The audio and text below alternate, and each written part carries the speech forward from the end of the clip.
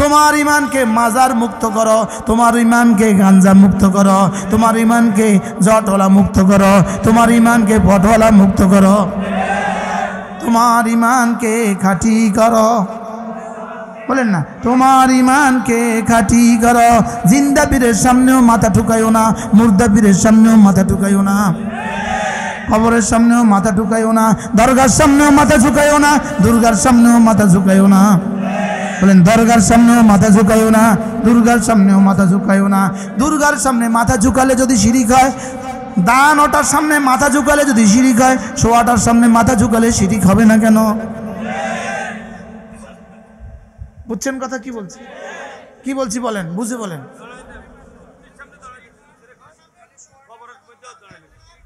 দুর্গা পূজার মধ্যে দাঁড়ানো না শোয়া, এবার দুর্গা পূজার মধ্যে দাঁড়ানো না শোয়া। দুর্গার মধ্যে দাঁড়ায় আছে আর দরগার মধ্যে শুয়ে আছে। রাগ করছেন নি কেউ? বলেন, দরগা, শোয়া, দুর্গা, দাঁড়ানো, দুজন মরা।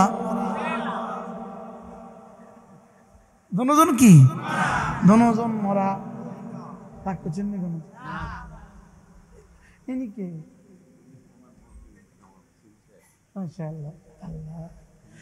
এই জন্য শিরিক থেকে বাঁচো, কুফরি থেকে বাঁচো। তোমার ইমানকে খাঁটি করো, তোমার ইমানকে খাঁটি করো। অল্প আমলেই নাজাতের জন্য যথেষ্ট হইবে। কি শিখতেছে? কি শিখতেছে?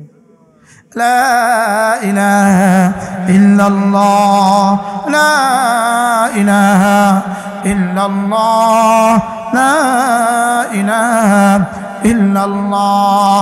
عن أبي ذر رضي الله تعالى عنه أنه قال قال رسول الله صلى الله عليه وسلم من قال لا إله إلا الله دخل الجنة।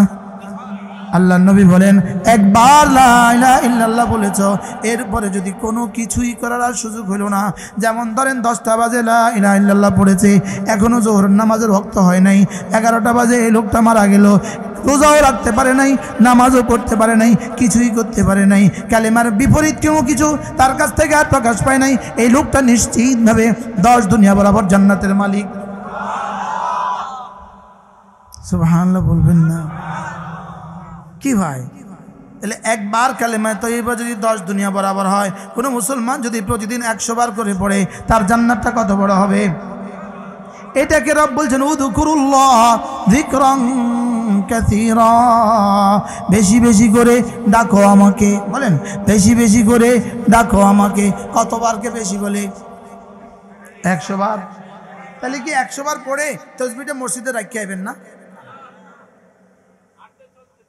কি 100 বার পরে মসজিদে তাসবিহটা রেখে আসবেন নাকি হাঁটতে, চলতে, বসতে, সিএনজিতে, সাইকেল চালাইতে, রিক্সা চালাইতে, আলু লাগাতে, মা বোনরা মাছ করতে করতে? সুবহানাল্লাহ বলেন। আল্লাযীনা ইয়াযকুরুনাল্লাহা কিয়ামা وقعودا وعلى جنوبهم ويتفكرون في خلق السماوات والأرض ربنا ما خلقت هذا باطلا। রব্বুল আলামিন বলেন, যারা 3টা কাজ করে, জিকির ফিকির দোয়া করে, জিকির করে দোয়া করে ফিকির করে, কখন কখন দাঁড়ানো বসা শোয়া, জিকির ফিকির দোয়া, দাঁড়ানো বসা শোয়া। বলেন, বান্দার ক হালত? 3 হালত। কি কি? দাঁড়ানো বসা শোয়া। বলেন, আবার বলেন, কাজ কয়টা? কি কি? জিকির ফিকির দোয়া, জিকির ফিকির দোয়া, দাঁড়ানো বসা শোয়া, জিকির ফিকির দোয়া, দাঁড়ানো বসা শোয়া, জিকির ফিকির দোয়া। আচ্ছা, শুয়ে গেছেন, লাইট নিভিয়ে ফেলেছেন, এবার ল্যাপ মুড়ি দিয়েছেন, এবার যদি আপনি পড়েন রব্বিরহামহুমা কামা রব্বায়ানি সগীরা, কেমন হবে? এবার যদি পড়েন রব্বানা আতিনা ফিদ দুনিয়া হাসানা ওয়া ফিল আখিরাতি হাসানা ওয়া কিনা আযাবান নার, তো কেমন হবে? আমরা কি করি এগুলো? আমরা করি না।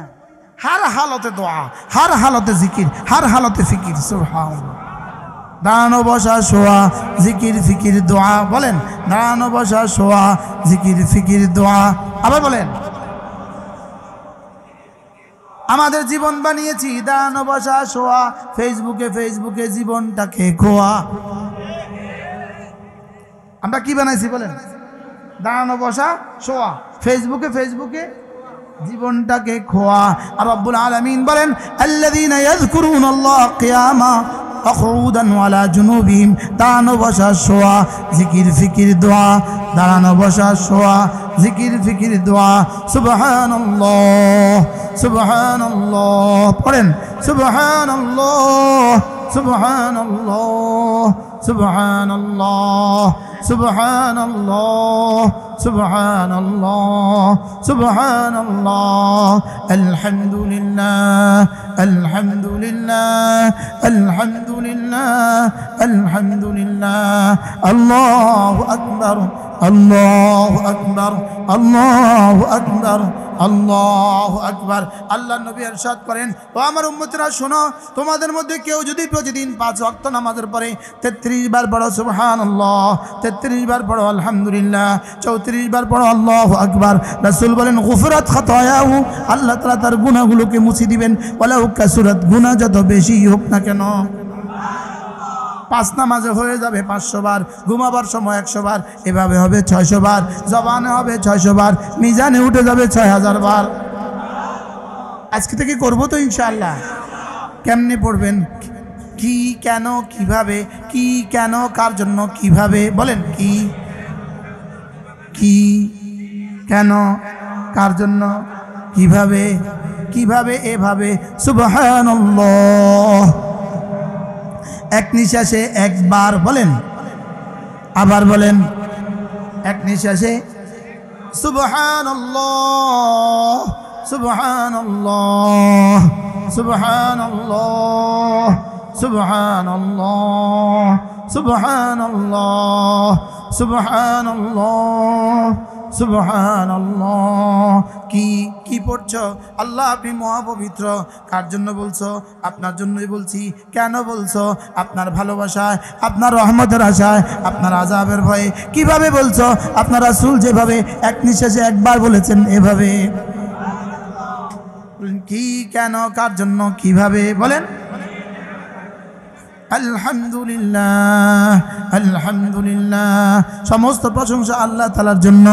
আলহামদুলিল্লাহ আলহামদুলিল্লাহ। সমস্ত প্রশংসা কার জন্য?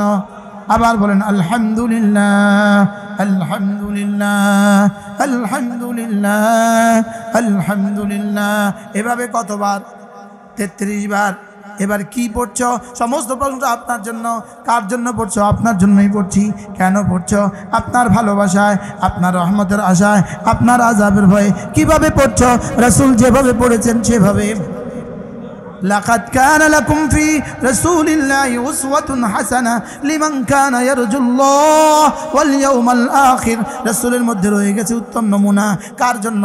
যে আখিরাতকে চায়, আল্লাহকে চায়, আখিরাতকে চায় এবং বেশি বেশি করে জিকির করে, তার জন্য। কি ভাই, আজকে জিকিরকে বানিয়েছি কি হক আর বাতিলের মাপকাঠি বানিয়েছি জিকিরকে। অথচ জিকিরকে রব্বে করিম রাসূল যেভাবে জিকির করতে বলেছেন এর জন্যই রাসূলকে নমুনা বানিয়েছেন। সুবহানাল্লাহ। রাসূল অন্য সমস্ত ইবাদতের জন্য নমুনা না? বলেন না, সমস্ত ইবাদতের জন্য নমুনা কিনা, লেকিন জিকিরের জন্য বিশেষভাবে নমুনা। জিকিরের জন্য কি বিশেষভাবে নমুনা? জিকিরের জন্য রাসূল লাকাদ কানা লাকুম ফি রাসূলিল্লাহি উসওয়াতুন হাসানাহ লিমান কানা ইয়ারজুল্লাহ ওয়াল ইয়াউমাল আখির ওয়া যাকারাল্লাহ কাসীরা। যারা আল্লাহর উপর ঈমান আনবা, যারা আল্লাহকে চাও, যারা আখিরাতকে চাও, যারা বেশি বেশি জিকির করতে চাও, তোমাদের জন্য রাসূলের মধ্যে রয়ে গেছে উত্তম নমুনা। আশ্চর্য না? হ্যাঁ, রাসূলের মধ্যে উত্তম নমুনা। নামাজের জন্য তো উত্তম নমুনা, রোজার জন্য তো উত্তম নমুনা। লেকিন রব্বুল আলামিন এত কথা না বলে বলে লিমান কানা ইয়ারজুল্লাহ ওয়াল ইয়াউমাল আখির ওয়া যাকারাল্লাহ কাসীরা। যারা আল্লাহকে চাও, যারা আখিরাতকে চাও, যারা বেশি বেশি জিকির করতে চাও, তোমাদের জন্য রাসূল উত্তম নমুনা। আমি কি বুঝাতে পারছি আপনাদেরকে? তাহলে জিকিরের জন্য রাসূল কি তাহলে রাসূল কেমনে জিকির করছেন? লাবদি হালদি করো জিকির তৈনি খোদা রাজি হয়, এভাবে রাসূল জিকির করছেন। তাহলে কিভাবে জিকিরকে বানিয়েছে হকের মাপদণ্ড, আর রাসূলকে বানিয়েছে আল্লাহ তাআলা উসওয়ায়ে রাসূল বানিয়েছেন জিকিরের মাপদণ্ড। সুবহানাল্লাহ বলেন। জিকিরের মানদণ্ড কাকে বানিয়েছেন? আল্লাহ তাআলা রাসূলকে বানিয়েছেন। জিকিরের মানদণ্ড কাকে বানিয়েছেন? তাহলে রাসূল যেভাবে জিকির করবেন সেটা জিকির হবে না অমুক তরিকা যে জিকির, অমুক তরিকা যে জিকির, নোয়াখালীর তরিকা, লক্ষ্মীপুরের তরিকা, চাঁদপুরের তরিকা, এটা নিয়ে জিকির। জিকির তো হবে মদিনার তরিকা। সুবহানাল্লাহ বলেন। জিকির কোন তরিকা হবে বলেন? দুরূদ শরীফ কোন তরিকা? এটা মদিনাওয়ালার তরিকা। কোন তরিকা বলেন? আর কোন তরিকা চলবে বলেন? কি ভাই, এই জিনজিরা কোম্পানির একটা কি, যেমন একটা জিনজিরা কোম্পানি, জিনজিরা বানাইছে, জিনজিরা কি বানাইছে? কেসিও গড়ি বানাইছে জিনজিরা। দেখবেন সায়দাবাদে বাসের মধ্যে কিভাবে বেচে, কেসিও 1 নম্বর 1 নম্বর 1 নম্বর, বলেনি বলে না বলেন? এবার কত? 500 টাকা 50 টাকা দিবেন, কত ধরেন? বাস্তব না বাস্তব? এবার হেতে চলে এসে গড়ি বন্ধ হয়ে গেছে। কিনলে গে এটা 1 নম্বর দেখে বন্ধ হয়েছে না 14 নম্বর দেখে? 14 নম্বর ঘড়ি যদি লগে লগে বন্ধ হয়ে যায়, 14 নম্বর ঘড়ি যদি যাত্রাবাড়ি থেকে সায়দাবাদ না আসে, আর সায়দাবাদ থেকে কোথায় না আসে বলেন? যাত্রাবাড়ি না আসে, তো 14 নম্বর দুরুদও মদিনা যাবে না। 1 নম্বর লাগবে, 1 নম্বর। কয় নম্বর লাগবে বলেন? জিকির 1 নম্বর, নামাজ 1 নম্বর, রোজা 1 নম্বর, হজ 1 নম্বর, জাকাত 1 নম্বর, মেড ইন মদিনা, কি মেড ইন গনিয়া, মেড ইন চাঁদপুরিশা, made in Lakshmipur, made in মজুসুদ্দিনহাট, made in Chittagong, made in Medina, বলেন made in Medina, made in Medina.